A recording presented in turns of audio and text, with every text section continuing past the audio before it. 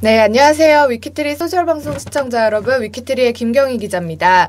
오늘은 자신을 그저 그런 귀농남이라고 표현을 하셨는데 조대성님을 모시고 얘기를 나눠보겠습니다. 안녕하세요. 반갑습니다. 네. 네, 그저 그런은 아닌 것 같아요. 제가 이렇게 봤더니. 예. 왜 그렇게 표현하셨어요? 사실 귀농했다 그러면 네. 보통은 좀 위대한 사상을 가지고 있거나 의지가 대단하거나 그런 사람들인데 사실 저는 그렇지는 않고요. 좀 앞으로 저 같은 사람도 귀농할 수 있다. 그냥 귀농이라는 게 어렵지 않다. 또 뭐 특별한 사람이 하는 게 아니라 그냥 행복하게 살고 싶은 사람은 누구나 할 수 있다라는 거를 좀 말하고 싶고 또 그런 분위기가 좀 생겼으면 좋겠어요. 저도 제 스스로를 그런 일반적인 사람이라고 생각해요. 그런 의미에서 말씀드렸습니다. 일단 오늘 지금 4월인데 네. 막 눈이 내리고 네. 막 강풍이 불고 있어요. 예. 그래서 사실 걱정을 많이 했는데 예. 괜찮으신가요? 지금도 걱정하고 있어요. 그러게요. 오늘 지금 계속 예. 걱정하실 것 같아요. 사실 어제 그 양배추를 심으려고 했는데 비가 와가지고 네.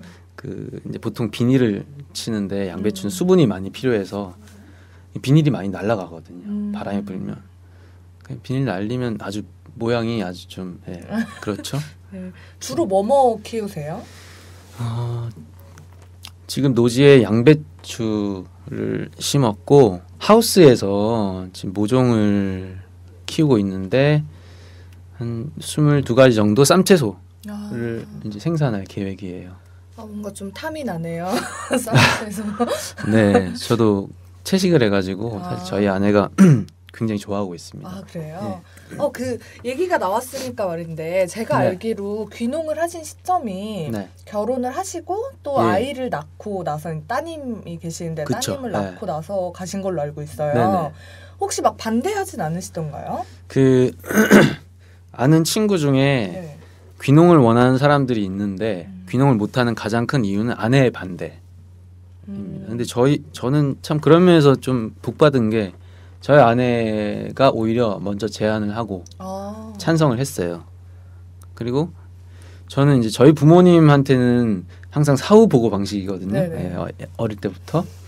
근데 저희 장인어른 장모님은 좀 걱정을 했죠. 아무래도 딸을 예쁘게 잘 키웠는데 그 시골로 데려가는 거에 대해서 반대하시기가 걱정을 했는데 오히려 그분들은 별로 반대를 안 하시고 저희 부모님이 굉장히 반대를 하셨어요.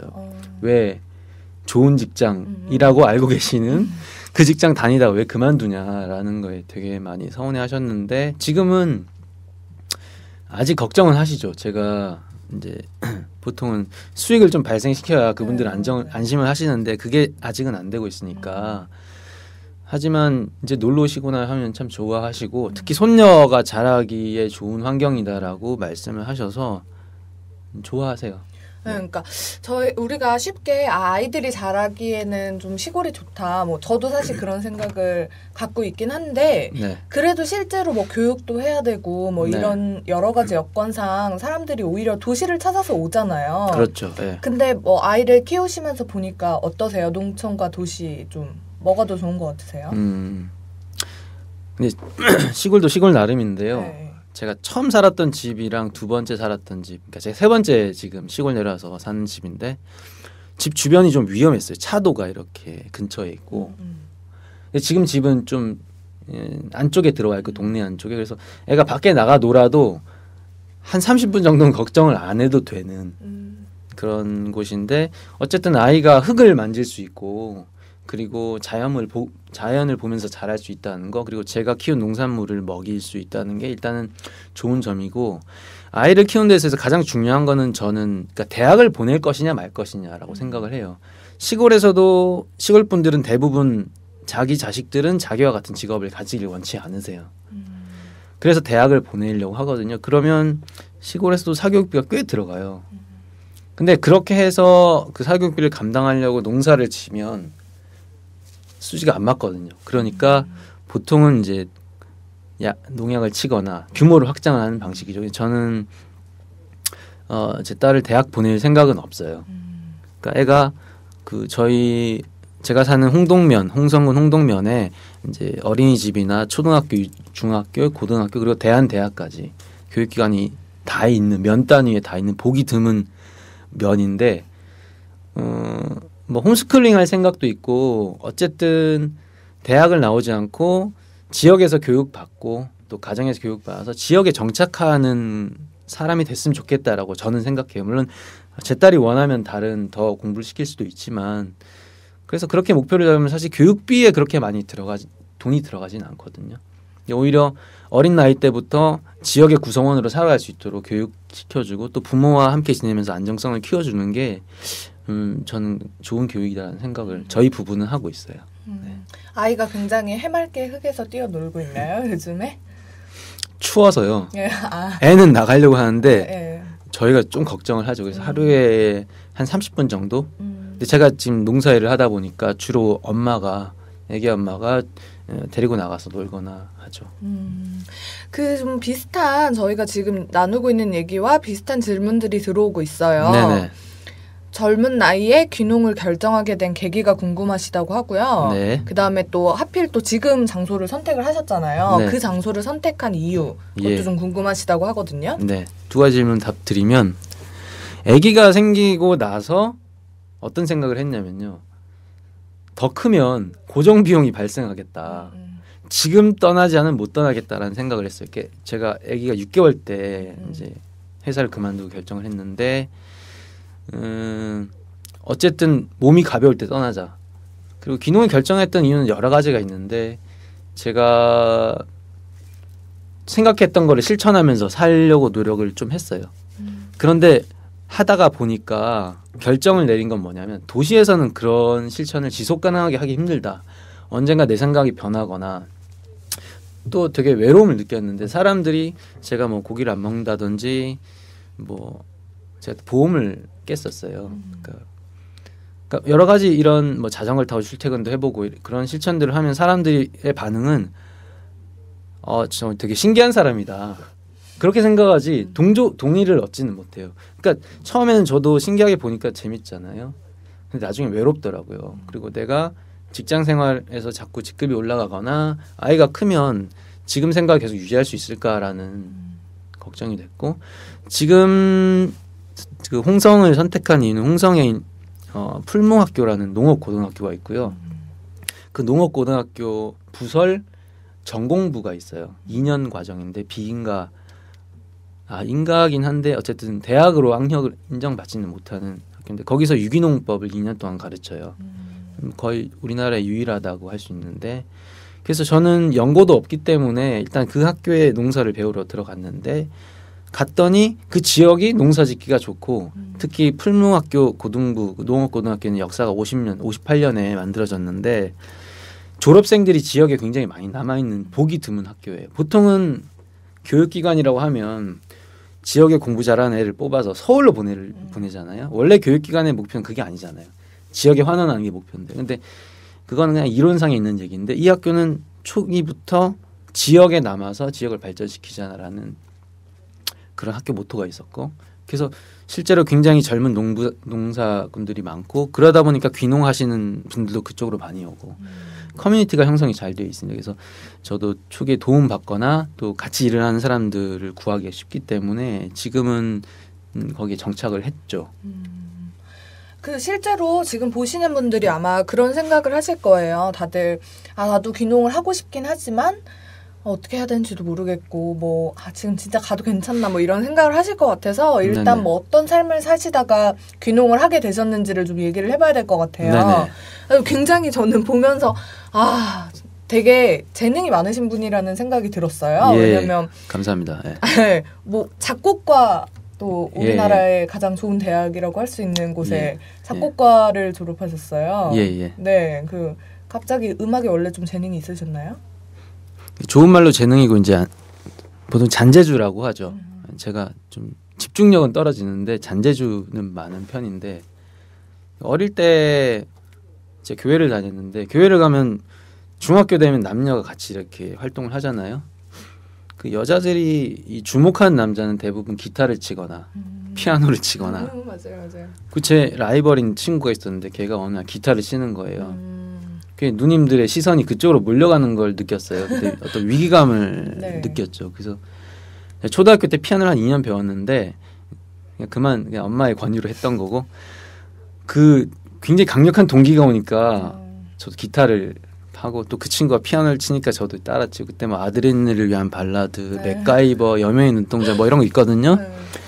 또 기타는 또 로망스 뭐 이런 거 되게 연습 많이 하고 해서 음악에 좀 취미를 붙였죠. 저는 뭐 재능보다는 취미라는 생각이 들어요. 관심을 지속적으로 가질 수 있는 게 재능이라고 생각하는데 그러다 고등학교 때 좀 남들과 다른 길을 가고 싶다라는 생각을 해서 인문계 고등학교였는데 작곡 공부를 하게 됐고 어떻게 하다 보니까 운이 좋아서 근데 또 그 좋은 대학에 작곡과를 나오셨는데 네네. 또 그쪽으로 뭔가 직업을 할 줄 알았더니 네. 또 그 아트센터 나비라는 네네네. 또 들으시면 다들 아실 텐데 예. 그런 굉장히 좀 미술관이죠. 미술관 독특한 곳이죠. 거기 약간 전자적인 요소들이 많이 들어가 있는 곳으로 알고 있는데 그렇죠. 그런 굉장히 독특한 미술관에 또 취직을 하세요. 그렇죠. 또 미술 쪽으로 갔다가 음악 쪽으로 갔다가 좀 그런 거기에 들어가시게 된 계기가 있었나요?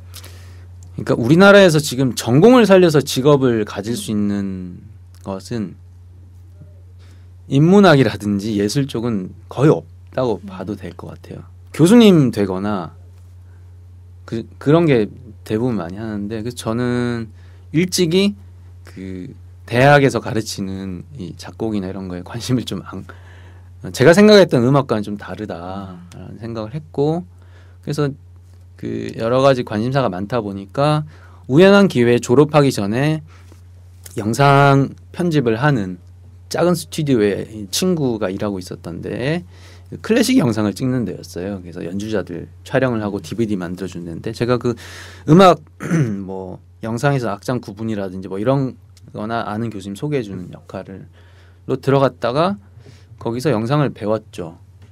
그러다가 한 1년 일하다가 나중에 그 나비에서 그 프로덕션 팀 그러니까 영상을 제작하거나 편집하는 그런 팀에서 인턴을 뽑는다는 얘기를 듣고 지원해서 거기서 인턴 생활을 하다가 정규직을 했었어요. 그래서 거기서 했던 제 포지션은 전시를 일단 촬영해서 아카이빙을 하고 웹에 올리는 거나 아니면 주로 컴퓨터나 프로젝터를 이용해서 전시를 많이 하기 때문에 그런 기술적인 지원을 많이 했었죠.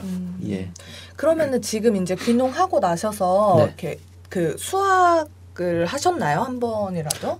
수학은 했는데 판매는 제대로 안 했어요. 제가 학생이었기 때문에 학교에서는 판매를 해요. 제가 저희 같이 지은 농산물을. 근데 제 개인적으로는 텃밭이나 밭을 조금 빌려서 작년 재작년까지는 했는데 작년에 이제 감자를 좀 수확해서 제가 좋아하는 사람들한테 이렇게 줬죠. 아주 좋아하시더라고요. 그러면은 그게 이제 좀 뭐라고 해야 될까요? 약간 낭만적이기는 하지만 실제로 그 나비라는 그 아트센터에 뭐 제가 연봉이 얼마 되는지 잘 모르겠지만 어쨌든 꽤 있는 곳에서 계시다가 갑자기 수입이 없어지는 어느 농촌으로 가셔서 하시면 이렇게 생활하기는 뭐 불편한 점은 없으셨어요?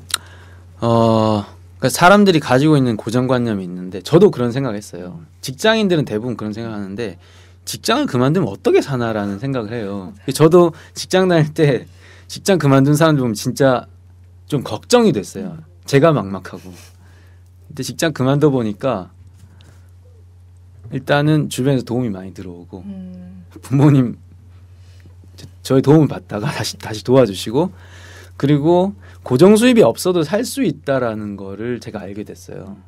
일단 굉장히 생각이 여려지고 또 농촌이라는 곳이 지출이 많지가 않아요. 뭐 사람에 따라 다르겠지만 저 같은 경우는 농사를 계속 지으면 뭐 이런 스튜디오에 출연하려면 적어도 추리닝 입고 올 수는 없잖아요. 근데 그런 옷을 입을 필요나 자리가 많이 없고 먹는 거는 어쨌든 제가 100% 작업은 못하지만 집에서 나오니까 장을 잘 안 보고 그리고 뭐 교통비라든지 어쨌든 돈을 써야 할 일이 많이 없기 때문에 지출이 많지가 않아요. 근데 제가 생각이 좀 바뀌었는데 제가 최근에 일본을 갔다 왔는데 북해도를 갔다 왔는데 거기 한 농장에서 그 농장 주인이 이런 말을 했어요. 자기는 규모를 크게 짓는데 제가 질문을 저는 규모가 큰 농사는 조금 제 생각과 맞지 않다. 근데 그분이 하신 말씀이 뭐냐면 자기는 규모를 크게 해서 내 자식에게도 이걸 물려주고 또 사람들한테 농사가 찌질한 직업이 아니라 멋진 직업이라는 인식을 심어주고 싶다라는 얘기를 했는데 내가 소수만이 선택할 수 있는 좁은 길의 농사를 보여주고 있지 않은가 이런 생각을 했어요. 그래서 지금은 조금 생각이 정리가 아직 안 됐지만 어쨌든 사람들이 제일 걱정하는 건 생계잖아요.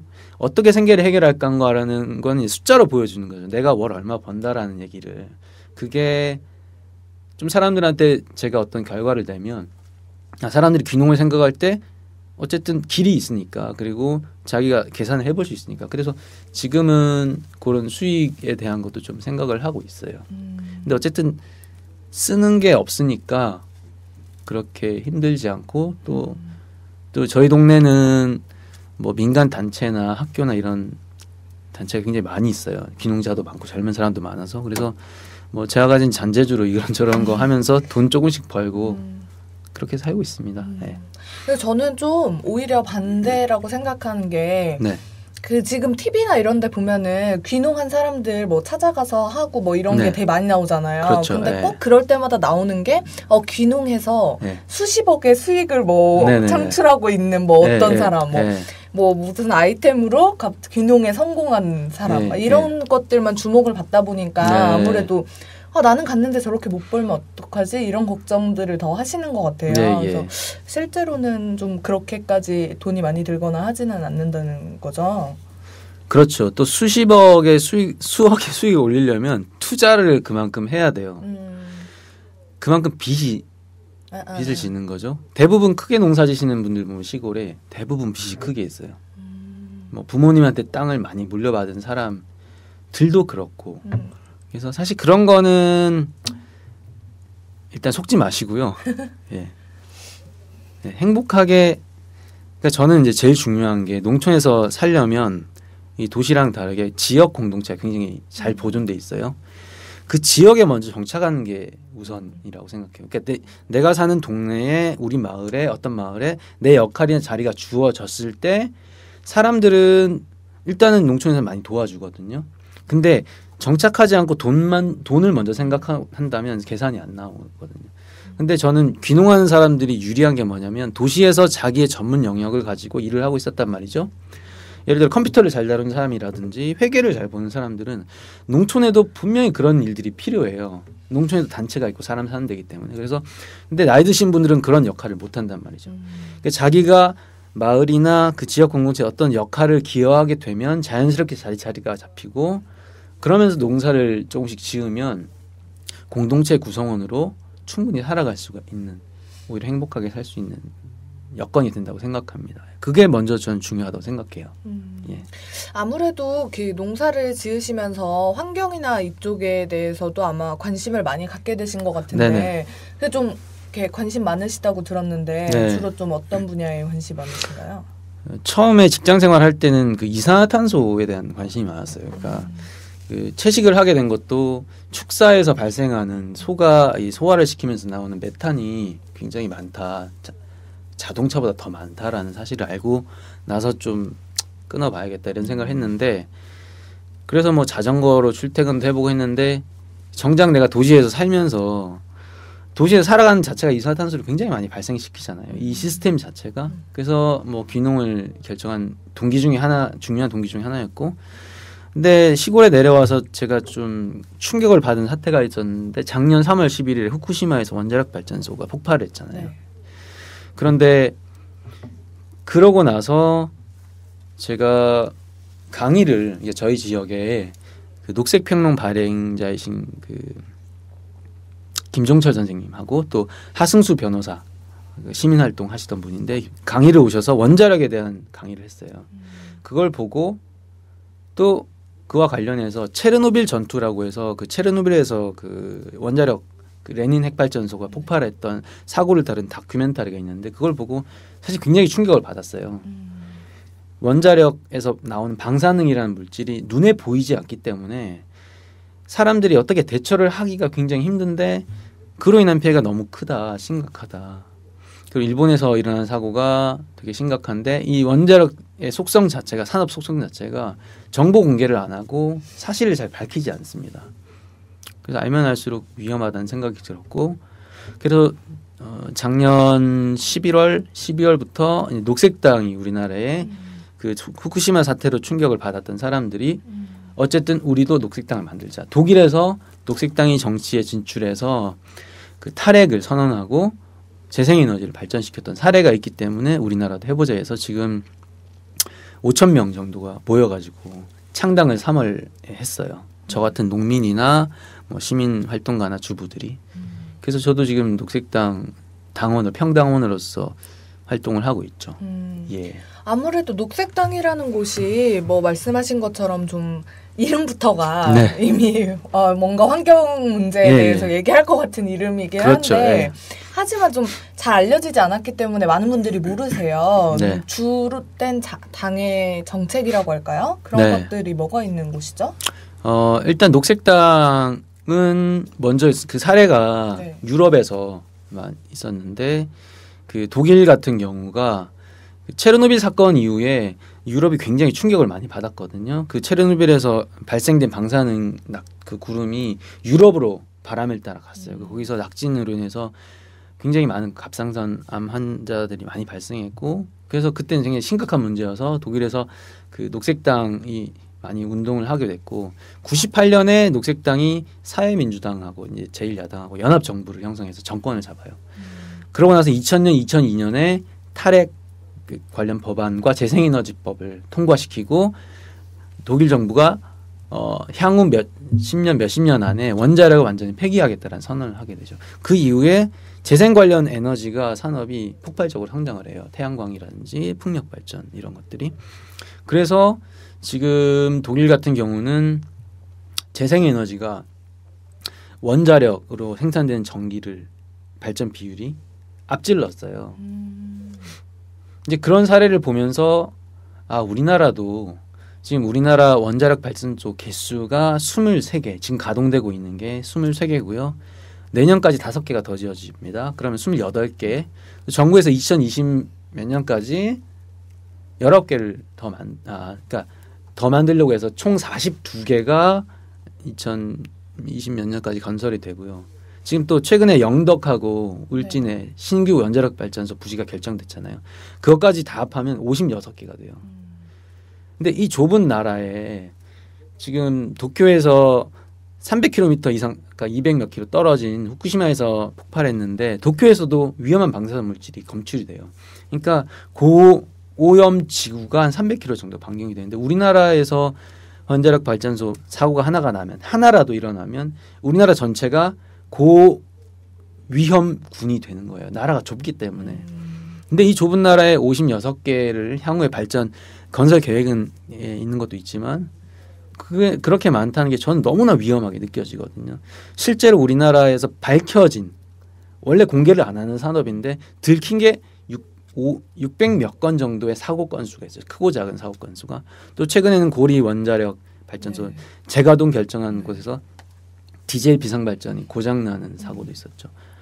굉장히 위험한 일이고 이것을 막을 수 있는 것은 정치밖에 없다라고 하는 것을 깨달았어요. 왜냐하면 정부가 잘못 들어서면 사람들이 아무리 반대를 해도 그걸 막는 건 거의 불가능한, 그러니까 정권이 끝나기 전에는 불가능한 거죠. 그래서 독일도 정치에서 결정을 해서 원자력을 없애자라고 결정을 했고요. 그래서 녹색당의 가장 큰 아젠다는 일단 핵발전소를 없애자.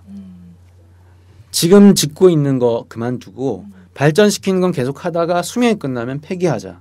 그리고 그게 한 20-30년 걸리는데 그 안에 재생에너지를 발전시켜서 탈핵 사회로 나가자라는 거예요. 그것은 지금 우리는 원자력 발전을 해서 많은 걸 누리고 있지만 우리 후대가 내 자녀가 감당해야 될 그 환경적인 위험 요소나 아니면 세금이라든지 비용 부담 엄청나거든요. 그 일본 같은 경우가 핵발전소 사고 때문에 지금 공식적으로 복지 관련 아젠다를 민주당이 집권했을 때 복지를 하겠다고 했지만 포기했어요. 예산이 너무나 많이 들어가기 때문에. 이거는 정말 지구 자체를 우리나라 땅 자체를 미래 후손들이 살 수 없는 곳으로 만든 위험한 곳으로 만든다라는 생각이 들고 그래서 그 지금 비례대표 후보를 3명을 지금 냈고요. 녹색당에서 지역구 후보가 고리 원자력 발전소가 있는 부산 기장 기장군인가 그리고 영덕 경북 영덕에 울진인지 영덕인지 모르겠는데 선거구가 네. 거기는 여러 개 있는데 거기에 지역구 후보 2명을 냈습니다. 그래서 계속 얘기해도 되나요? 네. 예. 저는 부모로서 제 딸이 전 되게 이뻐 보이거든요. 그럼요. 근데 그 딸이 살아갈 사회가 이 방사능으로 오염된 사회라는 거는 저한테는 좀 용납하기 힘든 거고 또 농부로서 내가 짓는 농산물을 자부심을 가지고 만드는데 내가 이 농산물을 친구한테 줬을 때 이건 오염되지 않은 유기농이다. 너의 건강을 좋게 할 것이다 라고 줄 수 있는 자부심을 가지고 있는데 이 방사능으로 오염된 걸 줄 수밖에 없는 현실이 저는 굉장히 슬프고 그래서 한 명 정도는 국회의원을 원자력을 반대하는 국회의원을 배출해야 된다. 지금 새누리당 비례대표 1번이 대표적인 원자력 전문 학자예요. 그러니까 새누리당은 원자력을 확대하자라고 하는 게 당의 정책입니다. 그 새누리당 비례대표 1번이면 무조건 당선이에요. 우리나라에서는. 그러면 반대하는 국회의원이 한 명이라도 있어야 된다는 생각이 들고 그래서 녹색당 비례 총선에서 보면 투표를 2가지 하잖아요. 우리가 좀 모르시는 분들도 있는데 정당 투표가 있고 인물 투표가 있습니다. 근데 인물 투표를 원하시는 분을 하시고 특히 야권 연대와 녹색당이 부딪히지 않느냐라고 생각하시는 분이 있는데 야권 단일화는 인물 투표에만 해당이 되고요. 어차피 정당은 한 명을 찍어야 되거든요. 그렇다면 소수 정당인 녹색당을 밀어주는 게 야권을 강화시키는 데 오히려 도움이 된다. 그래서 그 정당 투표 그 투표 날짜가 4월 11일이잖아요. 네. 정당 번호가 11번입니다. 녹색당이. 그리고 투표 용지가 녹색이에요. 선관위에서 도와줬어요. 네. 예. 어쨌든 좀 지금은 좀 녹색당을 시대적으로 우리가 좀 밀어주고 우리나라의 녹색당 건강한 정당 특히 저 같은 농민들이 주부들이 만든 그런 풀뿌리 정당이 건강한 정당이 있어야 되지 않을까 그런 생각을 하고 있습니다.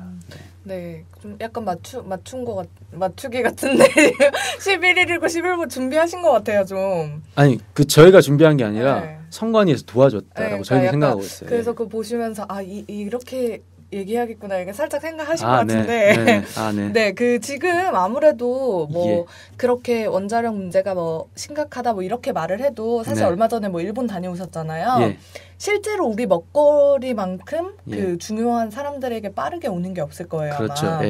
우리는 막 후쿠시마산이면 안 먹어야지 막 이런 얘기까지 나오고 있는데 실제로 가서 보셨을 때는 어떻던가요? 근데 북해도는 많이 떨어져 있어요. 거리가 있어서 그쪽은 영향은 좀 없는데 그 일단은 그 홋카이도에도 원자력 발전소가 있는데 지금 일본은 원자력 발전소가 모두 가동을 중단했어요. 일본 같은 경우는 지자체랑 원자력 발전소, 그러니까 전력회사랑 협약을 맺어가지고 사고가 발생했을 때 지자체에서 승인을 해줘야 재가동하는데 아무 지자체도 승인을 안 해주는 거예요. 지금 다 가동을 멈췄어요. 근데 놀라운 거는 일본이 원자력을 다 멈췄는데도 일본이 산업이 돌아가고 있다는 거예요. 근데 원자력 발전소 건설을 주장하는 사람들은 전기가 부족하다라고 얘기를 하는데 가능하다는 거죠. 특히 우리나라 전기 수요의 24% 정도는 난방 전기예요. 이게 웃긴 게 뭐냐면 화력 발전으로 물을 데워서 전기를 발전시키면 70%는 열이 날아가 버리고 30%에만 에너지를 쓸 수 있는데 그걸 다시 물을 끓여서 난방을 돌리면 거기서 또 70%가 날아가요. 그럼 원래 에너지의 10%만 쓸 수 있는 거거든요. 그래서 난방을 전기로 쓰는 게 굉장히 비효율적이고 그래서 가정에서 건설할 때부터 패시브 하우스, 그러니까 열을 최대한 절약할 수 있는 그리고 다른 방식으로 열을 난방을 할 수 있는 시스템을 지금부터 개발해 나가야 된다라고 생각을 하고 되게 재밌는 게 프랑스가 원자력 발전소 그 전기 의존도가 50몇 %, 굉장히 높아요. 그래서 프랑스가 독일이든 다른 나라에 전기를 수출하거든요. 그래서 이제 원자력 찬성하는 사람들은 독일이 아무리 재생에너지 해도 프랑스에 수입하지 않냐 이런 얘기를 하는데 지난 겨울에 재밌는 일이 있었는데 프랑스가 독일에서 전기를 수입했어요. 왜 했냐면 너무 추웠잖아요. 그러니까 프랑스는 전기로 전기가 싸니까. 근데 추우니까 전기를 많이 떼니까 전기가 부족했던 거예요. 근데 독일이나 이런 데는 이 집 구조나 이런 게 굉장히 단열이 잘 돼 있기 때문에 그렇게 전기를 많이 안 써도 되는 거죠. 그러니까 오히려 역수입을 하게 됐던 재미있는 일이 있었던 거죠. 예. 지금 저희가 뭐 네. 약속한 시간이 거의 다 돼가지고 네네. 오늘 얘기는 이 정도 들어야 될 것 같은데 방금 되게 재미있는 질문이 들어왔어요. 네네. 그래서 이거 하나만 좀 짧게 대답을 해주셨으면 좋겠는데 알겠습니다. 기본적으로 얼마나 드나요? 그러니까 실질적인 거 좀 알고 싶으신가 봐요. 뭐 전화비, 생활비. 전기, 가스 뭐 이런 생활비 기본적으로 얼마나 드시냐고 물어보시는데 제가 한번 그래서 계산을 해봤어요. 예전에 네. 경조사비나 예를 들면 교통사고가 나서 차를 수리하는 이런 특별한 거 빼고 30만 원이 들었어요. 한 달에. 그러니까 전화비나 뭐 전기세, 공과금 다 하고 해가지고 물론 그건 실제적인 가격은 아니에요. 왜냐하면 제가 결혼식 때 많은 도움을 받았기 때문에 드려야 되고 뭐 이런저런 그러니까 계산하면 5, 60만 원 될 것 같은데 특히 여름 같은 때는 먹을 게 많이 나오기 때문에 사실 돈을 쓸 일이 많이 없어요. 예. 그래서 많이 안 들죠. 그러니까 그건 3인 가족 기준이죠. 그렇죠. 3인 가족에 근데 30만 원. 오해하지 마시고요. 네. 제가 그렇게 산다는 거지. 네. 모두가 그렇게 사죠. 그냥 제 얘기입니다. 제 얘기. 네, 맞아요. 네. 네, 30만 원. 약간 탐나네요. 30만 원이라고 하시니까. 네. 그래서 저는 예전에는 예를 들면 100만 원이 제 통장에 들어와도 직장 생활할 때는 큰 돈이라 느껴지지 않았는데 요즘은 이제 100만 원 들어오면 한 두세 달은 뭐 걱정 없겠다 이런 이렇게 좀 바뀌었죠. 예. 뭔가 부러운 마음이 갑자기 들고 있는데 네, 그래서 오늘 이제 저희가 한 가지 더 저희 집이 독채 주택이거든요. 농가 주택이긴 한데 꽤 넓고 살기 좋은데 전세가 2천만 원. 그건 좀 땡기네요. 네. 네, 갑자기 급 귀농하고자 하시는 분들이 마구마구 늘어나고 있는 거 같고요. 여러분 전세금으로 귀농 가능합니다. 네. 네. 지금 밖에서도 약간 술렁대고 있는 것 같은데. 네. 저희가 오늘 나와서 뭐 귀농에 대한 얘기, 환경에 대한 얘기, 뭐 다양한 얘기를 들어봤는데 좀 지금 아직도 고민을 하고 계시면서 결심하지 못하고 계시는 분들이 많을 거예요. 그래서 그분들한테 좀 뭐 추천이 될 수도 있고 뭐 조언이 될 수도 있는 얘기를 마지막으로 한마디 좀 해주세요. 귀농할 때 제일 필요한 건요. 이건 제 생각인데요. 보험을 깨야 돼요. 사람들이 직장을 그만두지 못하는 가장 큰 이유가 보험금 때문이라고 생각해요. 월 매달 넣어야 되니까. 그런데 잘 생각해 보면 지금 10만 원, 20만 원을 50년, 40년 뒤에 안전을 위해서 아니면 지금 발생할지 모르는 사고를 위해서 저축을 한다라는 게 어떻게 보면 공포심 때문이거든요. 보험사에도 공포 마케팅을 하잖아요. 근데 그게 있든 없든 사고는 늘 같은 비율로 일어나고 그러나 오히려 못 사는 방글라데시 같은 나라에서는 그런 위험성을 느끼지 못해 행복지수가 더 높거든요. 선진국일수록 보험이 발달합니다. 그거는 불안감 때문인 거죠. 그래서 저는 우리가 감당할 수 없는 영역은 일단 놔두고 최선의 삶을 살면 저는 어쨌든 자기가 생각하는 가치를 실현할 수 있다 생각해요. 그래서 고정으로 들어가는 그런 비용들을 끊어야지 몸이 가벼워지고 그래 귀농을 할 수 있고요. 귀농을 결정할 때 가장 중요한 거는 지역을 잘 선택해야 된다. 그리고 그 지역에 갔을 때 내가 뭔가 가르치려고 하기보다는 일단 그 마을의 사람으로 살고 내가 이 마을을 내 고향으로 만들겠다. 내 자녀나 내 손자에게는 여기가 고향이 되게 하겠다라는 생각으로 먼저 공동체에 들어가서 정착을 하고 그러면 반드시 공동체에서 젊은 사람들 혹은 나이 드신 분들이라도 그 기술이 필요하거든요. 그럼 요청이 생기고 그러면 처음에 농사 기술이 없지만 한 10년 정도 내가 이 농촌에서 나의 가진 전문 영역을 가지고 뭔가를 만들어 보겠다는 생각을 가지고 그 지역 사회를 공동체를 이렇게 좀 도와주면 분명히 정착 가능하고요. 저도 제가 작곡 공부를 했잖아요. 작년에 동네에서 합창단을 만들었거든요. 1년 동안은 재밌게 했어요. 근데 올해부터 또 그 동사무소에서 그 주민들 뭐 지원하는 그런 프로그램으로 해서 또 한 달에 32만 원 지원을 받고 있어요. 예. 물론 1년 동안 그냥 재밌게 했습니다. 어쨌든 이제 그런 길들이 많이 있어요. 결정이 제일 힘들고요. 한번 직장 때려치거나 한번 길을 딱 들어서면 저는 지금 전세값이 올라서 못 돌아가요. 그러겠네요.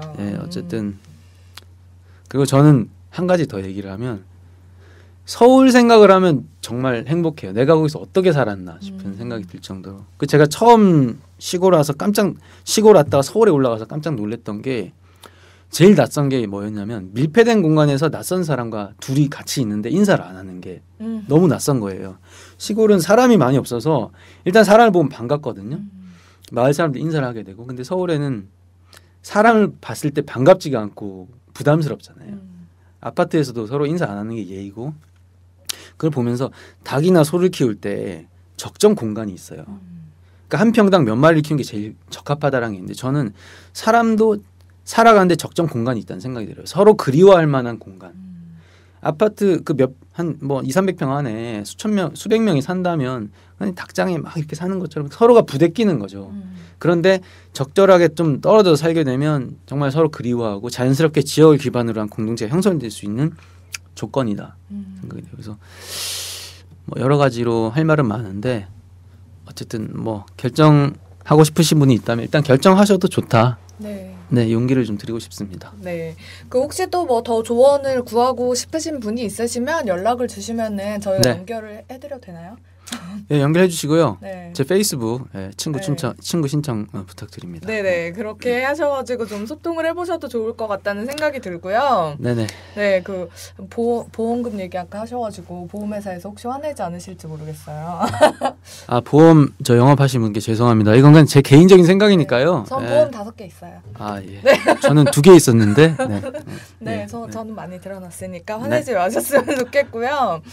네, 그러면 오늘 저희가 이렇게 얘기를 나눠봤는데 일단 좀 시간이 좀 부족해서 아무래도 얘기를 다 못 나눈 부분도 있는데 다음번에는 좀 이렇게 농사 심어놓으신 거를 수확을 하시면 들고 나와서 여기 이렇게 쌓아놓고 얘기 나눠도 좋을 것 같아요. 그렇죠. 제가 쌈채류 지금 하고 있는데 여기서 이제 비빔밥이나 샐러드 먹으면서 하면 아마 사람들이 주문 폭발하겠죠. 약간 홈쇼핑처럼 진짜 맛있게 잘 위키트리 좀 개발해 주시기 바랍니다. 네네. 알겠습니다. 오늘 나와주셔서 너무 감사하고요. 너무 재미있는 시간이었습니다. 네네. 네, 감사합니다. 네.